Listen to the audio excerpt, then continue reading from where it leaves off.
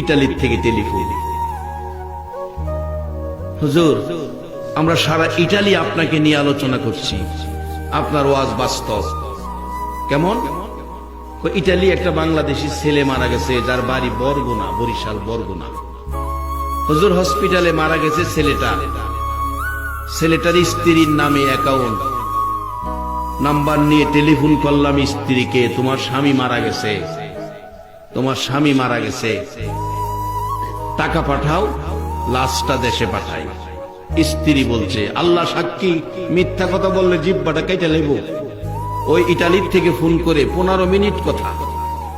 হুজুর বললাম টাকা পাঠান, আপনার স্বামীর লাশটা দেশে পাঠায়। স্ত্রী বলছে হায়াত নাই, মারা গেছে, লাশ আইনার কি লাভ হবে, যদি সিস্টেম থাকে হেদে সেই মারি দেলাই।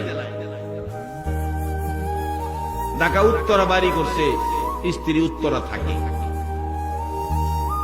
টেলিফোন করছি হুজুর ভাইদের কাছে, ভাইদের কাছে, ভাইয়েরা ভাই মারা গেছে, খবর শুনে কাঁদতে শুরু করছে। ডাকতেছে, ভাইরা পাই তো টাকা রোজগার করে, আমরা 10 টাকাও দেয় নাই, স্ত্রীর নামে অ্যাকাউন্ট, আমরা 10 টাকাও পাই নাই, আমরা গরিব মানুষ। তোমাদের কাছে অনুরোধ করি আমার ভাইয়ের লাশটা তোমরা পাঠাইয়া। মার কাছে টেলিফোন করলো, মার কাছে টেলিফোন করলো, আপনার ছেলে মারা গেছে। এই খবর টেলিফোন দেওয়ার আগেই ছেলে মারা যাওয়ার সাথে সাথে বলুন মার কাছে খবর আইছে কিনা। মা বিছানায় শুয়া শুয়া রে মা কান্দে। আশপড়শি মানুষগুলো জড়ো হইছে, প্রশ্ন করে জিজ্ঞেস করে কেন কান্দেন। দরদি মা জবাব দেয়, জানি না কেন কান্দি, একটা কথাই জানি, কেন জানি আমার কলিজায় আগুন লাগছে।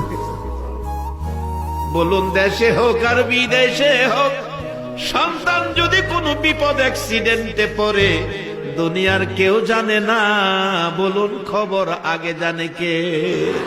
আরে মা বাবার কথা মতো যেজন চলে না, বলুন মা বাবার কথা মতো যেজন চলে না, আল্লাহ নবীজির দয়া তারা পাবি না। আইরে